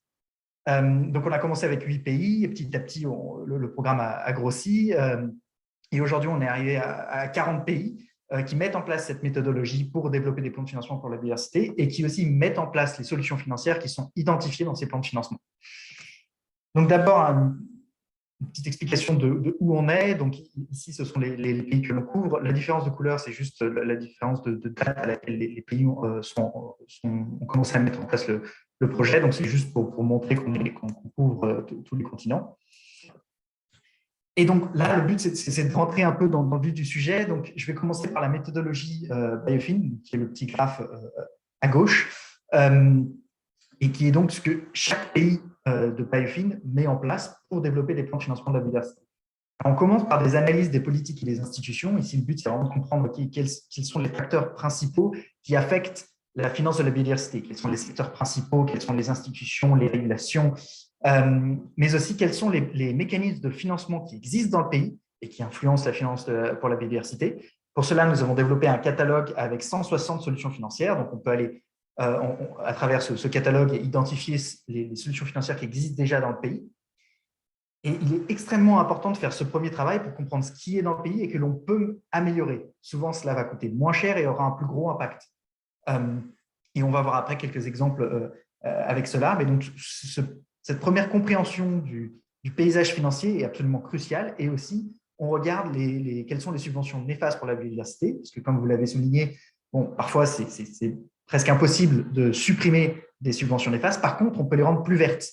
Il y a des subventions agricoles qu'on peut ne pas supprimer, mais qu'on peut rendre plus vertes et qui aura un effet de financement pour la biodiversité en réalignant ces dépenses. Ensuite, on essaie de comprendre quelles sont les dépenses pour la biodiversité. Et donc là, j'ai apprécié ce qu'ont dit les panélistes précédents et le colonel, qui avaient des besoins de données très importants. Et un des besoins de données, c'est aussi combien est utilisé pour le financement de la biodiversité et d'où cela vient. Parce qu'on a un exemple de l'ancien ministre de l'Environnement du Costa Rica qui disait avant Biofin, quand on me demandait le budget pour la finance de la biodiversité, je donnais le budget des aires protégées. Depuis, j'ai compris que non, le ministère de l'Agriculture finance énormément la biodiversité, le ministère des Forêts, le ministère du Tourisme, le ministère de la Pêche. Dans certains pays, comme au Guatemala, il y a même le ministère des Finances qui finance une partie de la protection de la biodiversité, le ministère de la Défense qui finance une partie de la biodiversité. Donc, il est extrêmement important de comprendre d'où viennent les financements, quels sont les acteurs principaux. Est-ce qu'il y a une énorme dépendance aux ODA, dans lequel cas il va falloir développer plus de mécanismes domestiques? Est-ce que la plupart des dépenses vont vers la restauration ou la protection? Est-ce que la plupart des dépenses est plus liée à des salaires, par exemple, ou à plus à des investissements en infrastructure? Donc, une fois qu'on a toutes ces informations, on va pouvoir trouver des priorités à mettre en place. Ensuite, on fait l'évaluation des besoins de financement. Alors là, généralement, on utilise les NBSAP pour comprendre quels sont les objectifs nationaux et combien est nécessaire pour atteindre ces objectifs. Souvent, les NBSAP, comme il a été dit au début, ont besoin d'être plus clairs et c'est un des premiers travaux que l'on fait au début, c'est d'essayer d'être sûr que les objectifs peuvent avoir un coût sur lequel que l'on peut estimer. Et donc, une fois que l'on a fait toutes ces analyses, on peut se lancer enfin dans le plan de financement de la biodiversité. C'est extrêmement important de les faire avant parce qu'on va comprendre quelles sont les priorités, quelles sont les choses qui existent déjà, qu'on peut améliorer, sur lesquelles on aura un gros impact, quels sont les acteurs principaux. Et une fois qu'on a tout ça, on peut commencer à lister toutes les solutions de financement qui existent et qu'on peut améliorer, mais aussi toutes les solutions de financement qui n'existent pas et qu'on peut mettre en place dans le pays. Un exemple que l'on a, c'est avec le Kazakhstan, qui, en faisant ce travail, s'est rendu compte qu'il n'y avait pas de paiement pour services écosystémiques au Kazakhstan, et donc il fallait comprendre pourquoi il n'y avait pas ces paiements pour services écosystémiques, et que cela pouvait devenir une solution financière. Donc, on liste toutes celles-ci et on les filtre, on les sélectionne en mettant 3 critères principaux, la faisabilité, l'impact au niveau de la biodiversité et l'impact financier. Une fois qu'on a fait tout ce travail, généralement, on se retrouve avec 10 à 15 solutions financières cruciales pour le contexte. Et donc, chaque pays va avoir des solutions financières complètement différentes parce que chaque contexte est différent. Et ensuite, on met en place donc, ces solutions financières. Le but étant donc de soit générer des ressources, soit réaligner les financements, ça c'est ce dont on a parlé avec les subventions néfastes, soit d'éviter des dépenses futures, ça c'est l'exemple souvent, c'est avec les petites îles qui ont des espèces invasives, et donc ça coûte beaucoup plus cher de devoir enlever les espèces invasives que d'éviter que les espèces invasives arrivent. Et donc ça reste du financement de la biodiversité, mais aussi améliorer l'exécution, c'est-à-dire faire plus avec ce qu'on a aujourd'hui. Et ça, c'est quelque chose qui plaît beaucoup, par exemple, au ministère des Finances souvent. Donc, pour pouvoir mettre en place cette méthodologie, on a développé plusieurs outils. Donc, le Biofin Workbook qui est disponible sur notre site Internet, qui détaille cette méthodologie et comment la mettre en place. Le Moving Mountain qui aide à engager le secteur privé dans le financement de la biodiversité. Le catalogue des solutions financières, donc il y en a 160, vous pouvez aller sur le site et regarder toutes ces solutions financières. On a développé aussi un cours en ligne qui a déjà été pris par 5000 personnes et qui permet de comprendre comment mettre en place la méthodologie. Et enfin, on fait souvent des publications avec des partenaires, dont le Little Pink Book, le Little Book of Investing in Nature, qui a été fait avec l'AFD, Mirova et le Global Canopy Program. Et donc, tout ça est fait avec un engagement important avec différents secteurs. Encore une fois, ça va dépendre de chaque contexte. Donc, on a déjà parlé du fait que le secteur financier est de plus en plus important et a un momentum énorme en ce moment, des possibilités gigantesques avec le secteur financier privé, mais aussi public. Et donc, il faut ramener toutes ces personnes ensemble pour mettre en place ces solutions financières. Chaque pays aura des secteurs différents, des acteurs différents, mais il faut être sûr d'engager tous ces secteurs différents et ces types d'acteurs différents pour avoir un impact suffisamment grand. Donc ici, c'est quelques exemples de résultats qu'on a eus dans certains pays. Donc au Mexique, c'est ce dont je parlais, regardez ce qui existe déjà. Il y avait un fonds environnemental qui était bloqué depuis des années, tout simplement parce qu'il n'y avait pas de manuel d'opération et donc ils ne pouvaient pas dépenser les fonds qui étaient là. Donc on les a aidés à restructurer le fonds et à avoir un manuel qui permettait de dépenser les fonds. Et il y a déjà eu 4 millions, il me semble, de dollars dépensés pour le financement de la biodiversité. Donc encore une fois, ça n'a pas coûté énormément. Par contre, il fallait voir que c'était déjà là. Et donc, c'est très important de regarder ce qui est là et comment l'améliorer. Un autre résultat, c'était en Zambie, où on a travaillé avec l'autorité des marchés financiers zambienne qui récemment a adopté le framework d'obligations vertes. Et aujourd'hui, il est possible donc de faire des obligations vertes en Zambie. Et on est en train de travailler avec eux pour être sûr qu'il y ait de plus en plus de biodiversité dans ces obligations vertes et pas que de l'énergie renouvelable. Ensuite, au Kazakhstan, c'est ce que j'ai mentionné avant. Ils se sont rendus compte qu'il n'y avait pas de paiement pour services écosystémiques. Ils se sont demandé pourquoi. En fait, c'est parce que le concept de service écosystémique n'existait pas dans la loi. La première chose qu'ils ont dû faire, c'est changer la loi. Aujourd'hui, ces concepts sont dans la loi et ils peuvent mettre en place de l'écotourisme, des paiements pour services écosystémiques, des offsets à carbone, et ils sont en train de travailler la mise en place de toutes ces solutions financières. Aux Philippines, on travaille avec une fintech, donc le secteur privé, qui a déjà permis de replanter 750 000 arbres. Au Guatemala, on travaille sur la pêche sportive pour refinancer la protection d'une certaine espèce de poisson. Encore une fois, avec le secteur privé. Donc, ça, c'était vraiment pour montrer qu'avec cette méthodologie, chaque pays va trouver des solutions financières différentes qui sont adaptées à leur contexte et qui vont avoir un impact important et qui surtout seront faisables. Et finalement, le dernier slide, je voulais juste rappeler encore une fois l'importance de ne pas regarder une seule solution financière et de ne pas mettre tous ces œufs dans le même panier. Et ça, c'est un extrait du catalogue, un extrait de type de solutions de financement qui existent pour financer la biodiversité. Il y a un énorme éventail possible et il faut regarder à toutes ces solutions financières possibles parce qu'on peut faire face à des chocs qui ne dépendent pas du pays, comme par exemple une pandémie ou une guerre ou quoi que ce soit qui pourrait réduire certains financements ou affecter certains financements. Et donc, il est absolument crucial de regarder à toutes les possibilités qui sont là et de les mettre en place. Donc voilà très rapidement Biofin et j'espère que ça aide à la discussion et je suis disponible pour n'importe quelle question. Merci beaucoup. Merci Marco. Merci à toutes et tous.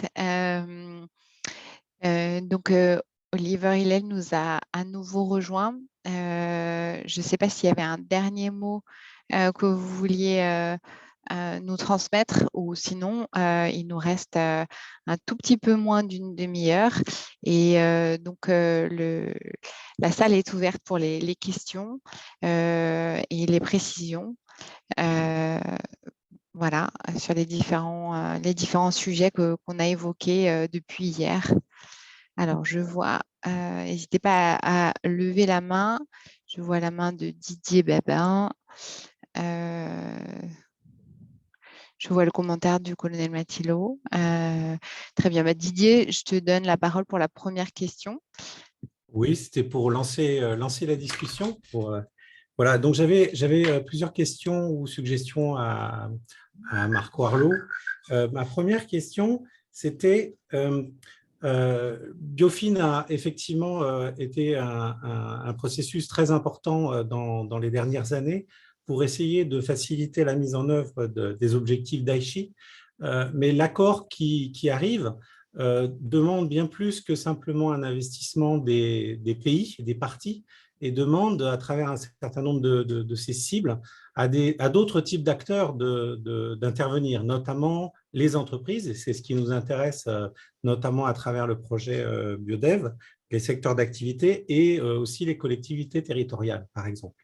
Donc, ma question, c'était, est-ce que vous avez réfléchi à modifier vos méthodologies pour prendre en compte effectivement le besoin, non plus simplement de financer des besoins de conservation de la biodiversité ou de mise en œuvre des stratégies nationales, mais bien d'avoir des financements pour engager une vraie transition, une vraie action transformatrice des secteurs d'activité pour diminuer les empreintes, pour augmenter ou pour participer à ce qu'on pourrait appeler une économie pro-nature ou nature positive en anglais. C'est-à-dire, il y a certainement besoin d'accompagner à la fois la transition des secteurs, mais aussi les investissements dans les secteurs privés. Est-ce que ces montants financiers pour faciliter ces transitions vont être pris en compte dans les prochaines méthodologies de Biofin?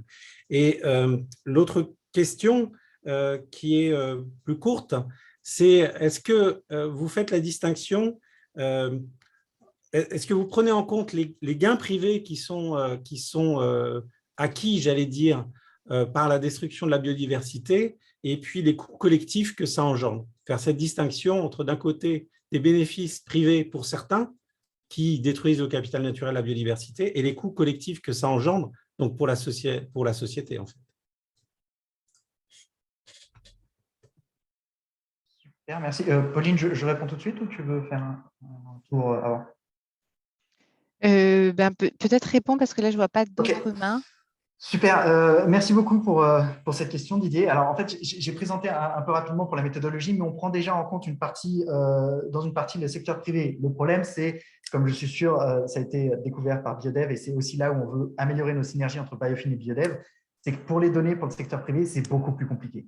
Donc, on le fait au niveau du Biodiversity Expenditure Review, pardon, de l'analyse des dépenses pour la biodiversité. On va aussi voir s'il y a des dépenses pour la biodiversité, ou des financements pour la biodiversité du secteur privé, mais c'est plus compliqué d'avoir cette donnée. Généralement, on va devoir se focaliser sur certains secteurs où on peut avoir ces données. Donc, parfois, ça va être le secteur minier parce qu'ils sont obligés de le rapporter à travers les offsets qu'ils font. Donc, après, il faut voir comment on calcule ça, etc. Donc, on le fait, mais c'est presque impossible pour l'instant de l'avoir au niveau national et avec tous les secteurs. Donc, on le fait secteur par secteur en fonction des pays, ce qu'on peut avoir. Et ensuite, au niveau du plan de financement pour la biodiversité, là, on met énormément on pousse énormément les pays à travailler avec le secteur privé et le secteur financier. Et on a beaucoup d'exemples avec, au Mexique, on est en train de travailler sur la bioéconomie. On a créé un accélérateur pour les financements de petites entreprises. On fait la même chose en Afrique du Sud en ce moment. Au Sri Lanka, bon, en ce moment c'est compliqué, mais avant, on avait travaillé avec la Banque centrale et on a développé une roadmap de durabilité, ce qui a permis aux banques commerciales de mieux comprendre comment faire des green loans, des crédits verts et ce genre d'outils pour financer la biodiversité. On travaille aussi avec le TNFD avec le secteur financier pour mieux comprendre la transparence de leurs dépenses. Ça, encore une fois, c'est parfois plus simple dans certains pays que d'autres, ce genre de travail, aussi en fonction de la taille du marché financier, etc. Donc, il faut avoir vraiment quelque chose d'adapté à chaque pays. Et donc, en ce moment, on est en train de voir si jamais le TNFD finit son framework, très bien, est-ce qu'on peut déjà le mettre en place dans ces pays-là? On est en train de voir s'il y a des capacités, si les hiérarchies sont les mêmes. On se rend compte que ce n'est pas les mêmes hiérarchies entre les secteurs financiers, donc il va falloir une certaine flexibilité. Donc, on travaille bien avec tous ces acteurs dans tous les pays. On travaille aussi sur la pêche durable dans certains pays et sur les offsets énormément, parce que ça, c'est aussi dans le travail de comprendre ce qu'il y a dans le pays. Il y a beaucoup de fois des lois sur les offsets, sur les compensations, pardon, mais on se rend compte que soit elles sont mal mises en place, soit elles sont mal écrites. Et donc, juste d'améliorer ça, ça peut avoir un impact très important. Et donc, je pense que ça répond aussi à votre deuxième question. Donc, on ne va pas, pour votre deuxième question sur les gains privés et les coûts pour la société, c'est plus un travail d'économiste, on va dire. Donc, on va plus se focaliser sur les flots de financement au niveau de l'analyse des dépenses pour la biodiversité. Par contre, on travaille sur les mécanismes de compensation pour être sûr qu'ils sont mieux faits, qu'ils peuvent être mis en place, qu'il y a une capacité dans le pays à les mettre en place. Et donc, voilà, je pense que j'ai répondu à des questions. Merci Marco pour ces réponses et puis merci Didier pour ces questions qui sont vraiment précieuses. Moi, j'avais aussi une autre question, peut-être plus globale, qui s'adresse à la fois aux représentants de nos pays, mais aussi à nos trois panélistes, qui est l'importance d'identifier voilà, des leviers financiers existants. On voit que ça nécessite un travail de screening voilà, et une analyse pour lequel vous avez mis côté Biofin une méthodologie en place.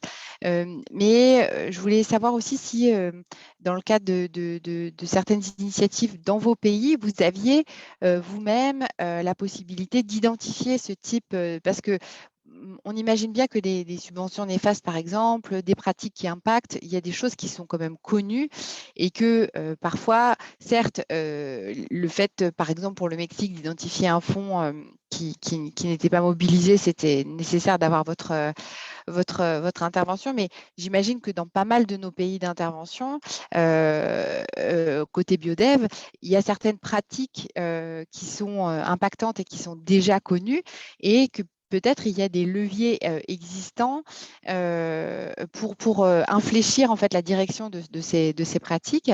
Et ma question, c'est plus de se dire qu'est-ce qui manque, c'est-à-dire que si Biofin permet d'identifier les choses à faire, je pense qu'il y a des choses qui sont déjà identifiées, mais qui ne sont pas encore faites. Et donc, qu'est-ce qui manque? Quel est le cliquet qui manque quand on sait que telle et telle subvention, voilà, côté Biofin, vous identifiez ce qu'il faut faire, mais vous n'êtes pas forcément dans l'accompagnement du changement, si. Et qu'est-ce qui pourrait être un accompagnement du changement? Je sais que Madame El-Noundou avait beaucoup souligné le renforcement des capacités. Est-ce qu'on est là sur un point clé pour justement la mobilisation des ressources? Oui, alors je vais répondre, on va dire un peu point par point. Alors pour les subventions néfastes, on se dit souvent qu'on sait de quoi on parle et en fait on s'est rendu compte, on a fait quelques analyses déjà dans quelques pays, pas du tout, malheureusement. On s'est rendu compte que dans beaucoup de cas, ils font des subventions, enfin, il y a des subventions néfastes, on sait qu'elles sont néfastes, mais on ne sait pas à quel point, on ne sait pas comment elles sont mises en place. On n'a aucune idée de l'impact en fait au niveau local. Et un exemple, c'est dans un pays, on s'est rendu compte qu'au moment où il y a eu une subvention créée sur les taxes, enfin sur les importations de fertilizers, d'engrais chimiques, pour l'agriculture, donc ils étaient subventionnés en importation. Donc, les engrais chimiques étaient moins chers. Et au moment où cette subvention a été faite, et quelques années après, on s'est rendu compte que le niveau de production n'a pas augmenté. Donc, au final, la subvention le raisonnement principal pour cette subvention n'a pas eu d'effet. En fait, ils auraient mieux fait de directement donner l'argent aux fermiers pour faire quoi que ce soit que pour l'engrais chimique. Et donc, il y a beaucoup de ces données qui ne sont pas sues. Surtout le monitoring des impacts de la subvention, très souvent, ce n'est pas su et on ne sait pas très bien comment le faire. Et après, en ce qui concerne donc on travaille sur ce point-là, déjà comprendre quelle est la situation, quel est le plan d'action qui peut être mis en place pour lentement réformer ces subventions, les rendre plus vertes. Ça, on va faire un plan d'action, travailler avec les ministères. Donc là, il y a un besoin de capacité très gros aussi. Et après, pour les subventions, ça reste très politique. Donc, il faut… ça va pas… Enfin, certaines subventions vont fonctionner dans certains pays, certains… ce sera plus compliqué. Donc, ça, c'est quand même une solution financière très particulière sur laquelle il faut absolument travailler et il faut absolument surtout montrer les données, montrer qu'au final, certaines subventions font plus de mal que de bien, même, et qu'elles n'ont aucun impact sur la production parfois. Et donc, déjà, construire ces capacités et accompagner les actions et les réformes nécessaires. Mais il y a besoin d'énormément de volonté politique et dans certains pays, on l'a et c'est très bien. Dans d'autres, il va falloir les aider avec les informations nécessaires à créer cette volonté politique. Et en ce qui concerne l'accompagnement, donc chacune de ces solutions financières, à chaque fois qu'on les identifie, on travaille directement avec le ministère des Finances, les différents secteurs privés, le ministère de l'Environnement. En fonction des solutions financières, on va accompagner, on va construire la capacité pour être sûr qu'elles vont pouvoir être mises en place. Certaines parties, on va faire les activités directement. Certaines parties, on va mettre en place la capacité pour être sûr que les pays, que les acteurs, en tout cas, vont pouvoir mettre en place cette solution financière. Mais oui, les capacités, et j'ai apprécié ce que le colonel a expliqué au début, qu'il y avait un besoin de comprendre ce que c'était que la biodiversité. Ça, c'est depuis le commencement de la méthodologie, de la mise en place de la méthodologie en 2012, d'arriver devant le ministère de Financement et d'expliquer que la biodiversité, c'est un intérêt pour lui. Ça a pris un peu de temps, mais aujourd'hui, on voit tous les ministères des Finances travaillent avec nous, ils sont très heureux, et il a fallu passer ce premier passage de construction de la capacité, de développement des capacités et d'information pour pouvoir atteindre ce niveau en fait, de mainstreaming de biodiversité que tu mentionnais. J'espère que j'ai répondu à la question.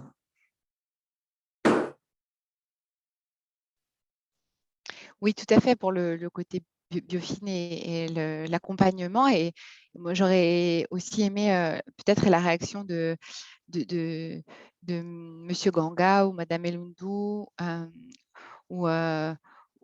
Matilo ou Miss Kanei from our countries, depuis nos pays. Qu'est-ce qui vous semble être de votre connaissance, puisqu'on a parlé de du nécessaire ancrage dans les terrains, dans les pays, et concrètement, qu'est-ce qui vous semblerait, vous, peut-être les pistes à mettre là sur la table ensemble de perspectives justement de leviers financiers d'action pour ce mainstreaming de la biodiversité?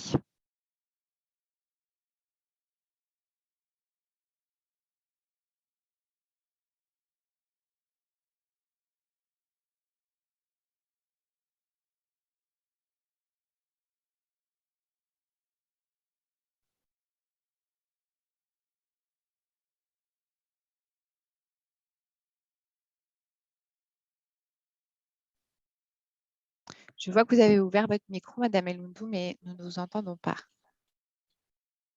Ah, j'ai voilà. l'impression que vous nous avez interpellés.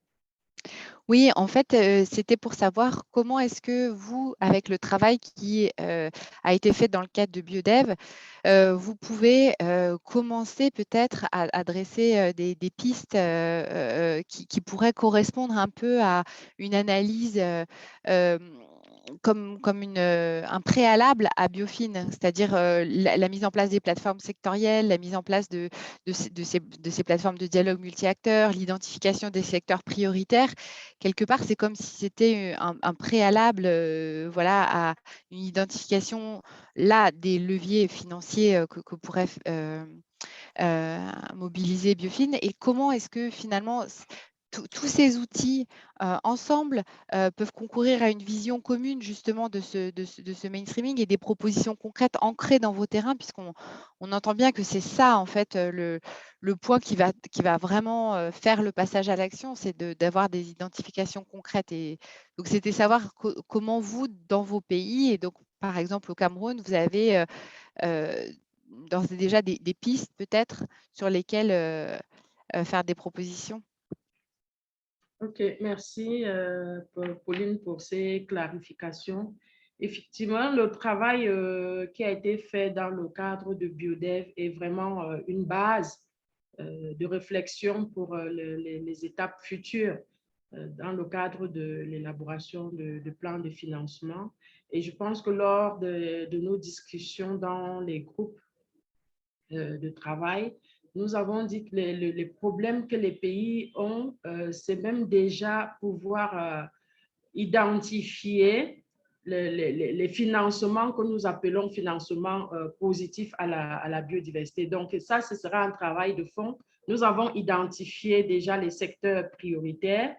Et ce travail ne s'arrêtera pas là, puisque en ce moment, aujourd'hui, on peut parler des secteurs prioritaires, deux premiers secteurs prioritaires. Toujours est-il dit qu'avec les orientations stratégiques de développement que le pays a à travers la nouvelle stratégie de développement à l'horizon 2030, elle prend en compte des activités dans tous les secteurs. C'est-à-dire que pas seulement dans le domaine de l'agriculture qui a été identifié, des infrastructures qui ont été identifiées comme secteur prioritaire au Cameroun. Nous avons un secteur minier qui voudrait devoir se développer un peu plus, l'exploitation minière.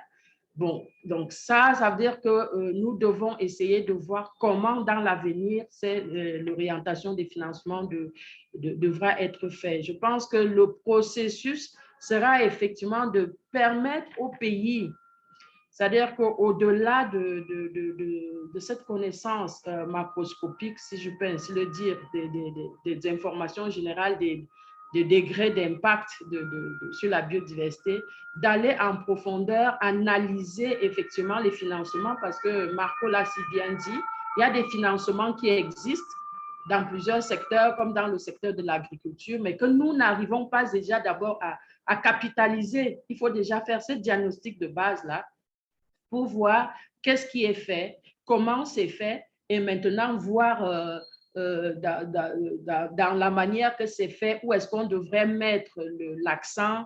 C'est l'aspect de générer les ressources, améliorer le mode d'exécution des financements, ou alors, comme il disait, éviter les financements futurs pour un meilleur alignement. Je pense que ce travail de fond est important et nous l'avons dit. Il parlait tout à l'heure de 160 solutions de mécanismes de financement qui existent. Et pour le faire, vous comprenez que ceux qui seront appelés à le faire doivent être formés, doivent être outillés pour mieux mettre en œuvre ce processus, cette méthodologie. Donc ça, c'est déjà très important. Et ça, dans tous les secteurs. Je parlais du cadre c'est revenu dans les recommandations que nous avons données.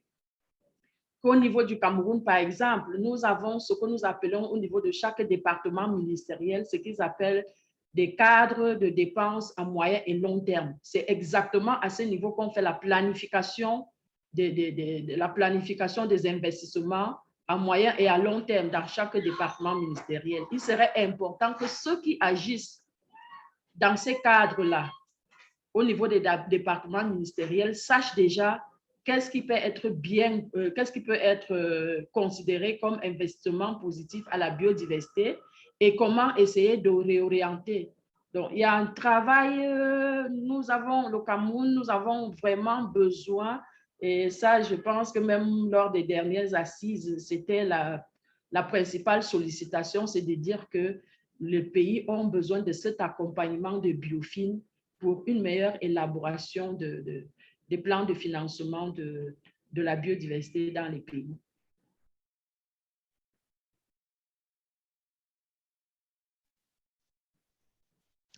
Merci pour ces éclaircissements. C'est en effet quelque chose qu'il faut vraiment appuyer, le renforcement des capacités sur l'identification des leviers financiers. Ça reste quelque chose de clé, c'est-à-dire que le renforcement des capacités d'une manière globale sur de nombreux sujets reste un point fort, mais vraiment sur cette question de l'identification des leviers financiers, ça reste un point à renforcer.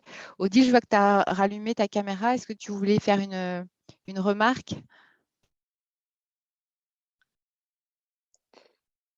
Non, pas forcément. Non, non, non, D'accord. non. Non, non, mais très bien, très bien. Parfois, on ouvre la caméra pour se signaler sans lever la main. Non, non, non, mais je crois que tous ces points sont clés. C'est clair que les ressources, c'est une chose qui est importante, mais derrière, effectivement, il faut les capacités pour les mettre en œuvre. Et c'est un besoin qui est fortement exprimé par tous nos interlocuteurs ici. Et c'est fondamental, c'est clair. Et l'apport que vous apportez, enfin l'appui que vous apportez, que ce soit Biodev ou Biofin, est fondamental pour les pays, je pense. Merci. Il nous reste un petit peu moins de 10 minutes avant de conclure ce webinaire. Est-ce qu'il y a encore d'autres questions, d'autres remarques? Monsieur Ganga du Congo. Pauline, juste c'était pour répondre à Oui. Christine sur la lien avec Biodev et la sélection des secteurs que vous avez fait. Là, je pense que c'est clairement là où on a une synergie qui peut être très forte. C'est que vous avez, en fait, le travail que vous avez fait permet déjà d'avoir en fait le business case, je ne saurais pas comment le dire, mais l'information nécessaire pour vendre aux acteurs principaux certains mécanismes de financement. Donc après, il faut trouver le bon mécanisme de financement, mais vous avez déjà identifié les problèmes, vous avez identifié les acteurs. Donc par exemple, il me semble qu'à Madagascar, il y a quelque chose autour des pêcheries. Donc là, pour les pêcheries, on sait qu'il y a certains mécanismes de financement qui pourraient fonctionner. Donc une fois que vous avez les acteurs, on pourrait travailler ensemble pour sélectionner les bons mécanismes de financement et après voir comment ils sont mis en place. Mais donc, soit c'est volontaire avec des certificats, soit c'est réglementaire. Mais donc, le travail que vous avez fait en amont, clairement, va aider à trouver les bons mécanismes de financement parce que vous avez déjà un cadre en fait, du problème et des acteurs sur lesquels on peut mettre en place certains mécanismes de financement. Oui, super. Ouais, en effet, c'est très vrai. Et c'est vrai que Madagascar, c'est le pays sur lequel à la fois Biodev et Biofin sont. Et donc, c'est là où on va pouvoir trouver peut-être le plus vite les premières convergences. Est-ce qu'il y a, avant qu'on conclue et qu'on vous donne les pistes pour les prochaines étapes, est-ce qu'il y a une dernière remarque de la part des participants ou une question? Je regarde les mains, les micros.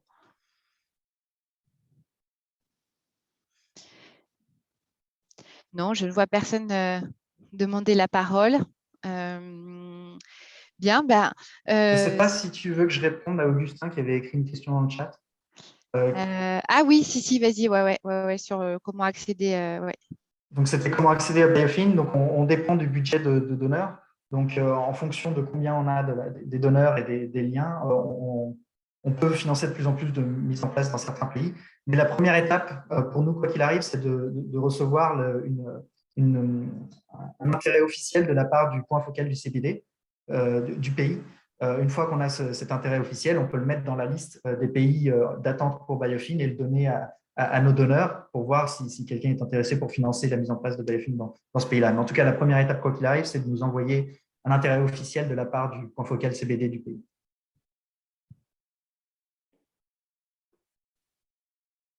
Merci, c'était important de répondre à cette question.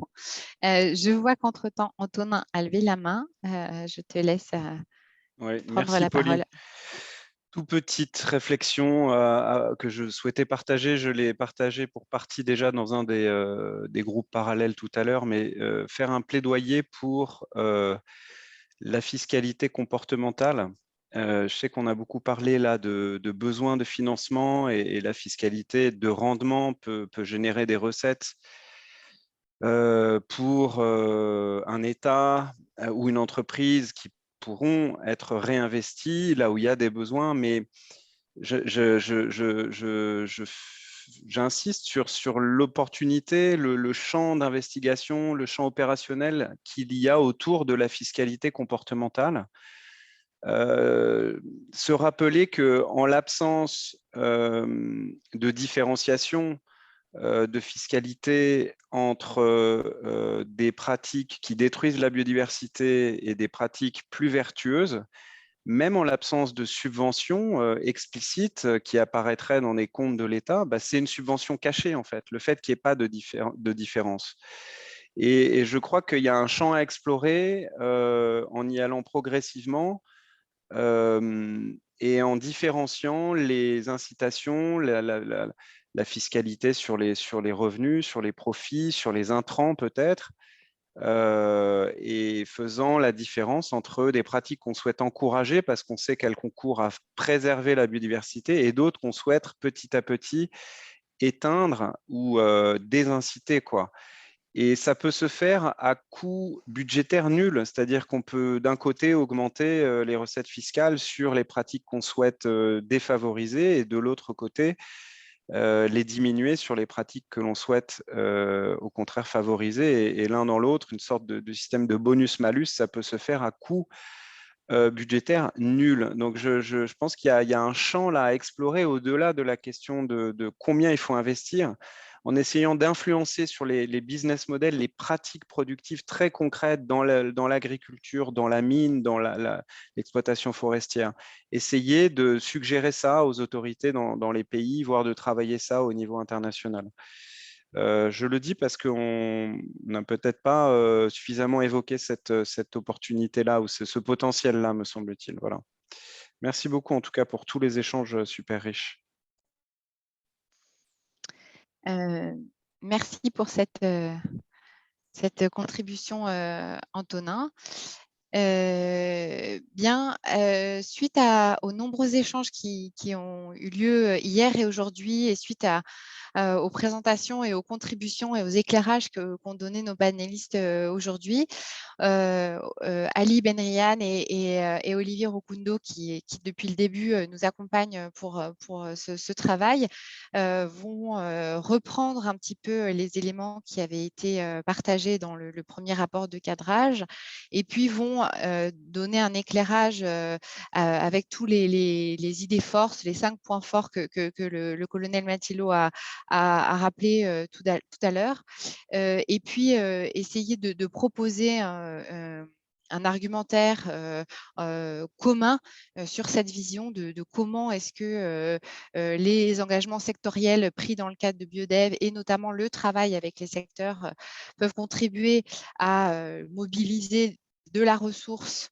et pas uniquement financière en faveur de la biodiversité, et notamment contribuer à faire en sorte que des changements transformatifs soient préparés et puissent opérer le plus rapidement possible.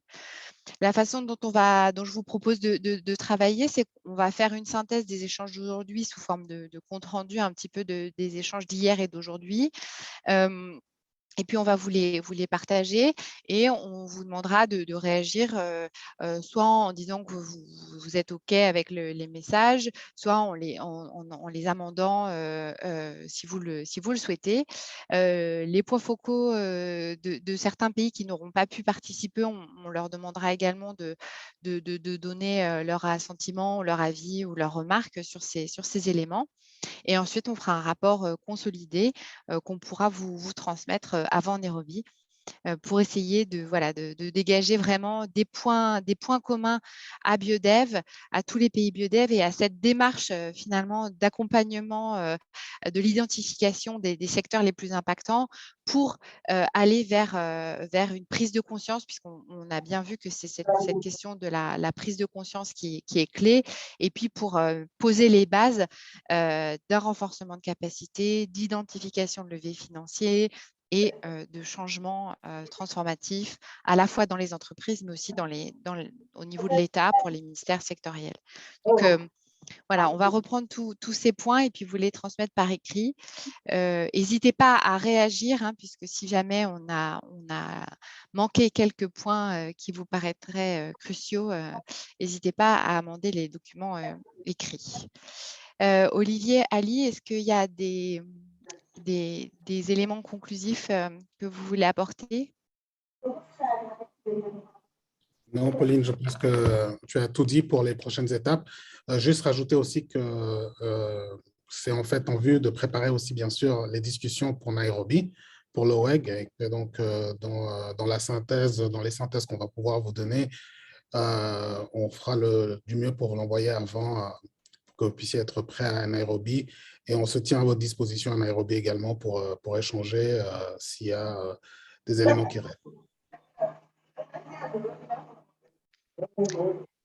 Bien, merci vraiment à toutes et tous d'avoir permis cet échange très riche tant hier et aujourd'hui, et puis d'avoir donné ces éclairages-là en fin de webinaire aujourd'hui sur des perspectives concrètes pour ouvrir à des leviers financiers pour la mise en œuvre de ce mainstreaming qui peut aller au-delà de l'accord qui sera travaillé à Nairobi et même à la COP quand elle aura lieu.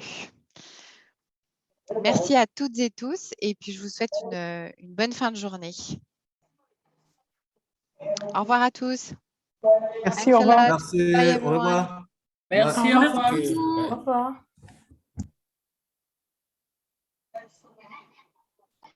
Au revoir. Au revoir. Ouais, merci. Très bientôt. Merci, Au revoir, Monsieur Matilo. Merci beaucoup. Merci. Merci, Madame Eldundo. Merci, au revoir. Merci beaucoup, Pauline. Merci, au revoir. Merci, au revoir. Merci à vous. Merci. Merci, Monsieur Ganga. Au revoir. Merci.